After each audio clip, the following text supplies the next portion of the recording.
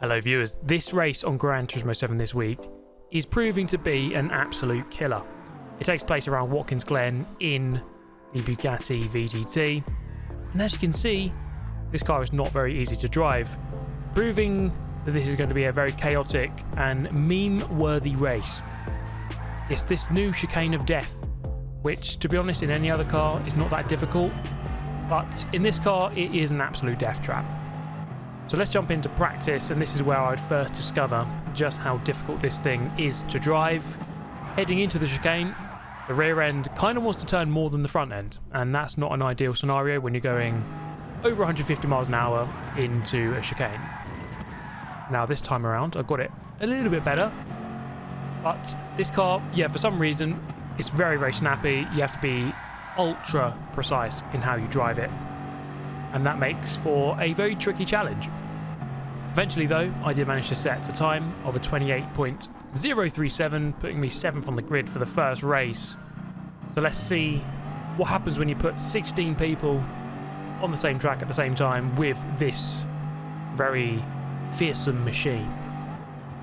Heading down towards turn 1. Watkins Glen, obviously a very fast circuit, and in Group 1 cars it makes for quite an interesting combination. It's not a combination that's come up too many times before, if at all. Anyway, heading up towards the aforementioned chicane of death. Looking up the inside of the Ukrainian driver here, but think better of it. Let's just back off and go through here nice and safe. And instead, this guy is going to continue turning right into a left-hander. Off he goes. There he goes. And in fact, there wasn't just one. There was two. So it's only taken one lap, or one attempt at the chicane, for two people to die. There's a third death over there. Barrier has been firmly met. That's the hat trick already, and it's only been 40 seconds or so. So 7th to 4th on this opening lap. That's not bad of a return. Or we can go better than that. Coming up towards the last couple of corners of the lap, you can fly through here up the inside. This guy did not carry a lot of speed. There is some contact, but I think I was up the inside. And that is third place after one lap. Into the chicane. Lap 2. Can we get through here nice and safe? Yes, we can. We're slowly learning. But it's only lap 2. There's still 4 more to go after this one. Up behind the Swedish driver in second. He gets a poor run on the exit of the final turn. And so we move up into second place. So far, we've seen an array of deaths, but not my own one. With a 5.5 second gap to the lead, I didn't really think a win would be possible. I'm going to skip from lap 3 to 5, and here would be my own death. The leader drove through just fine, but it was my turn to continue turning right into a left-hander before meeting barrier. And it looks so stupid. I mean, it is stupid, but I mean, at this point here, you should be turning left really, but my car kind of decided that's not what it wanted to be doing at that moment in time. We get a bit of a push there. I mean, I kind of rejoined in the middle of the circuit, so I'm sorry for that. And we drop down to 5th. So a bit of a disaster here. It just shows you how difficult this is. 6 laps around Watkins Glen in this car is not an easy feat. I almost caught back up with this guy, but it was going to be a P5 in the end. Obviously, the reason for my crashes was the livery, so I went and changed it to this rather nice looking one. Hopefully now that should put an end to all of these crashes, but we shall see. This one I started 10th, and when I say hopefully I'll put an end to the crashes, that did not happen. Coming out of turn 1, side by side here with Bumper Cam Bob. Now as we head up through the S's towards the chicane, this is not an ideal scenario going in here side by side, but just take a look on the exit. It's basically a war zone, all sorts of smoke grenades being deployed, and then out of the mist I go back, or go into the back of Bumper Cam Bob. I did momentarily go up to 4th, then drop back to 7th. I mean, you tell me what happened there in a detailed response in the comments. I mean, that was basically World War III. But we somehow continue. I now have front bumper damage and front right wheel damage. So we're going to do our best to continue here, but the car is not feeling too good. But here, I mean, once again, death trap is the word.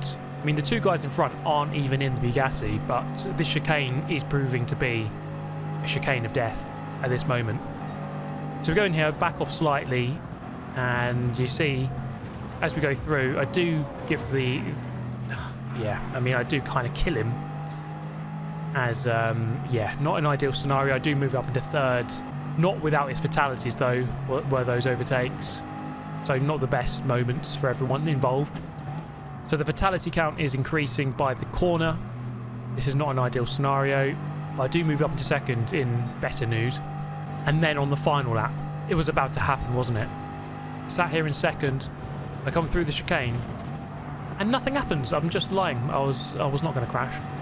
But it was a messy race, eventually coming through from 10th to 2nd in the end.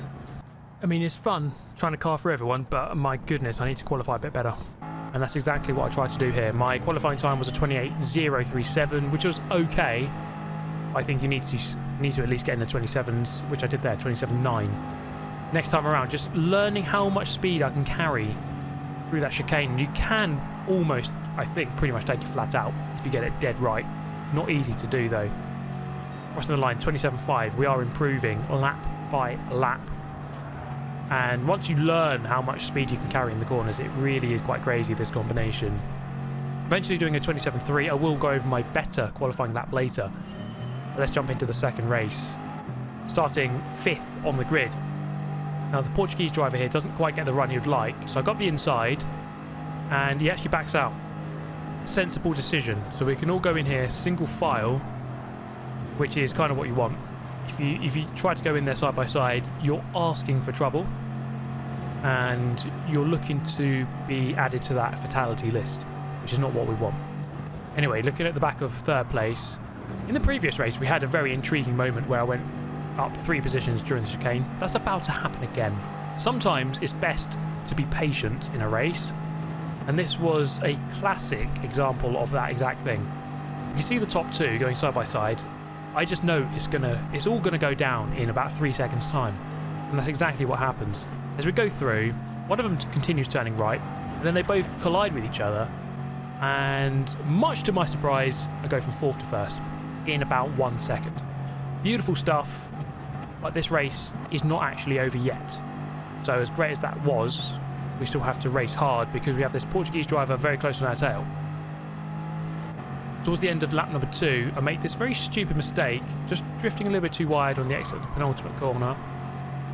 And that is going to hand me a 0.5 second penalty.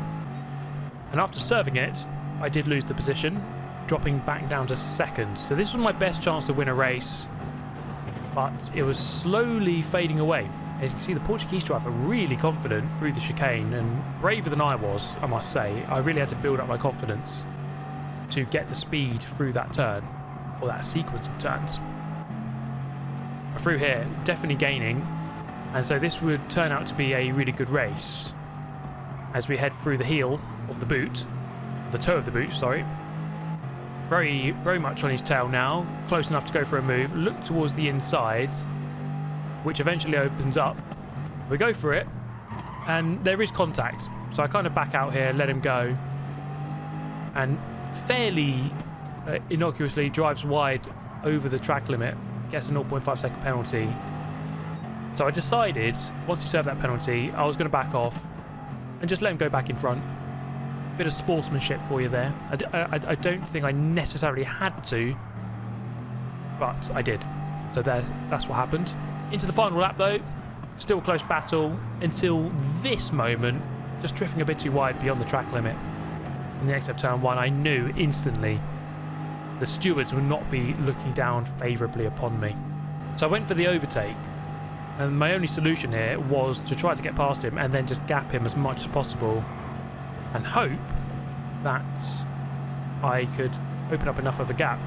I went through there about as quick as I've ever done that time around, trying to really risk it to get the gap. Unfortunately, it was not enough, as you can see, dropping back down to 2nd. And so it's going to be another 2nd place, frustratingly, with the win still coming close, but not quite, not close enough. So this is my fastest qualifying lap. Let's run you through it. Braking roughly on the 200 board, let the car roll in, and then back on the power in 4th gear. It's crucial to get a good run there on the exit. Maximise the track limits on the exit for sure. You can go 2 wheels on the curb. and beyond. So now it's all about that chicane. And I mean, this one is just about being really minimal on your inputs. I do lift slightly, but don't lift off the gas completely, because that's a big input change. So you've got to be nice and controlled.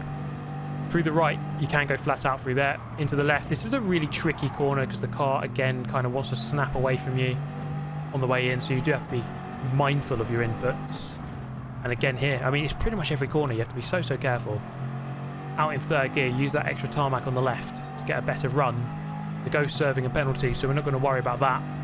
Braking just before the 100 board, maybe about 150 for this one. Power out. The car has got so much grip mid-corner. It's just on the way into the corner that you really struggle. Once it's settled halfway through the turn, you can really plant the power and it just grips so much. This left-hander, easy flat. Get yourself over to the left-hand side to prepare a nice entry into the final corner. Just a lift, then back on the corner in fifth, back on the power in fifth gear. And that is going to be a 26.5. And actually, there was some improvement to come from that one. 47th in the world. I think there's a couple of tenths. That could have been a bit quicker. But I'll take it for now. It's good enough for pole position. And so for the first time in the video, we're fighting from the very front, from the start of the race. Now, this one did not go perfectly.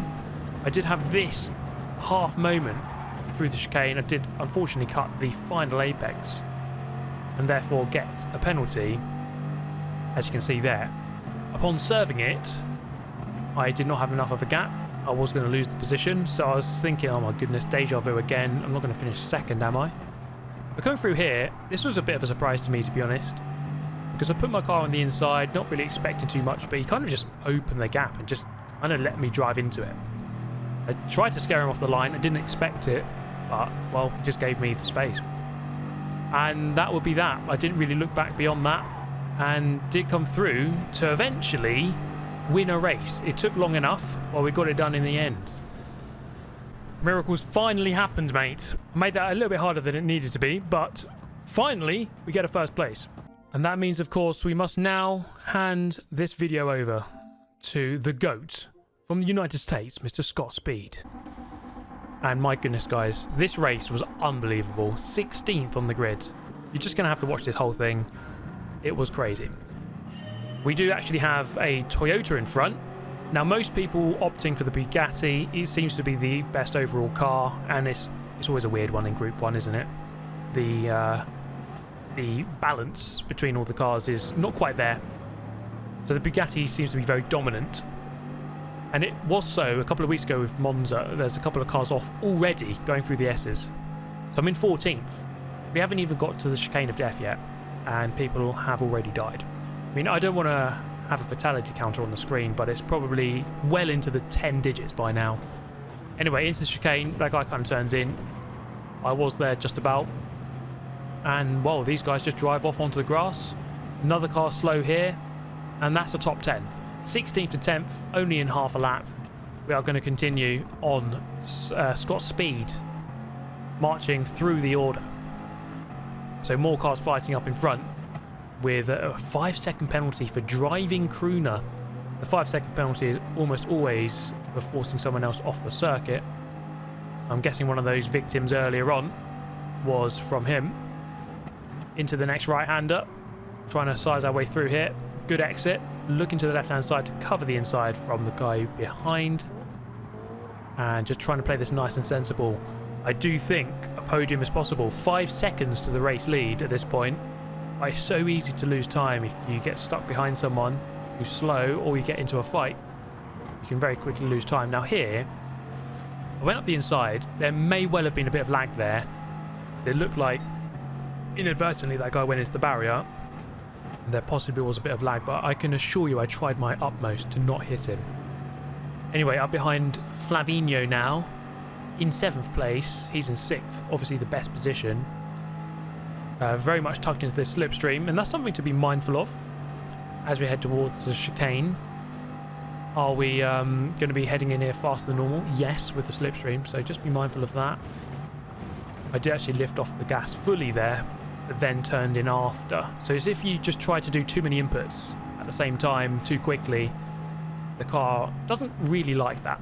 So you've got to be really, really minimalist with how you drive this car to some extent. Covers the inside here, does Flavino. So we try to the outside. Both of us with a slight kick of the rear end. He actually gives me the space on the way through and on the exit.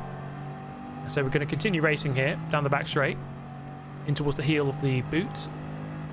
Again, try around the outside. It's not an easy corner to do it, and so we have to settle in for 7th right now. Gap to the lead 5.3, so I haven't really gained on this lap at all. Hoping to make faster progress than this, but we still have 4 laps remaining, so no need to rush just yet. Scott Speed can take his time. It's the final corner. Really tried to get a run through here, and he's actually come off the wall. Going to slow him down, and that's going to be 6th place at the beginning of lap 3. 4 laps to go here. Can we go about getting into the slipstream of the car in front? He actually gets a poor run, and therefore I am going to get in the slipstream later on in the lap. Gets a penalty, and we get a nice run on the exit of this one. Almost getting the overtake done before the penalty being served, but definitely getting it done after. Gap to the lead 4.5, so there is some gaining being done, perhaps not at a rate quick enough to win the race. But let's take a look at lap number 4 here, setting a 28.3 on lap 3, but getting into the 27s is quite a tricky ask on this race, especially without slipstream, which I don't have right now from this distance. So we're going to be nice and committed on the chicane this time around. I think I have to be if I want any chance of winning this one. So nice speed carriage. You can carry that speed into this right-hander. Flat out corner if you get the turning in right. Down the hill into the left, braking on the 200 boards. Roll the car through. Back on the power in 3rd gear. It feels so good, this car, when you get it right, which is not a lot of the time in my case here. So skill has no name, serving a penalty. Is that going to be enough to see me through? I think it should be. I'm going to be on the inside. The Brazilian, who was in the lead, has actually also just served a penalty, and therefore the gap to 1st place is now 2.5. So we're going in the right direction here. Brazilian here in 2nd place, who led the race from the beginning until this point. And so we have a very quick opponent just in front of us here. So I'm not expecting an easy pass at all, if any. Rolling the speed through that final corner feels great. Across the line, it's going to be a 27.9. That's a good lap, especially given there were some overtakes there, or one overtake. Had to go narrow into one of the corners. Maybe a 10th or 2 lost on one of those turns. But here, once again, things falling into place quite nicely, and sometimes this happens when you're carving through the pack. Your momentum gets timed beautifully. And now we find ourselves in the slipstream, so we're gaining a couple of tenths for free here. Look how brave he is, the Brazilian. Goes through there. That looked flat out to me. That was really, really quick, and I wasn't quite brave enough to do the same. Just really erring on the side of caution at some points here. And it kind of proved to be a good decision, because I was immediately back on the back of him. If that's a good way to say it, which it isn't. With the leader now 0.6 seconds in front.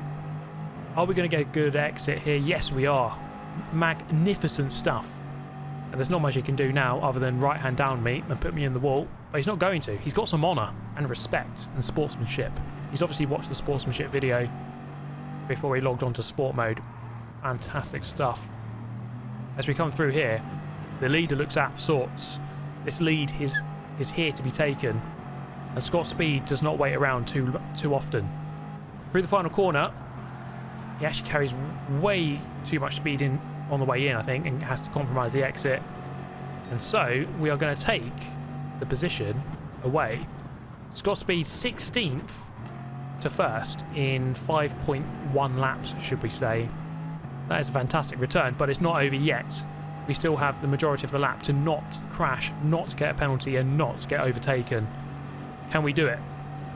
Onto the straight. I'm going to go defensive. He's very much in the slipstream. He's on my left-hand side here. Brave decision to go around the outside. If he does it, he doesn't. And we carry the speed through, not messing about. I mean, that was a risk. But I felt at this point I'm just going to go for it and open up the gap, which immediately opens up to 1.3 seconds.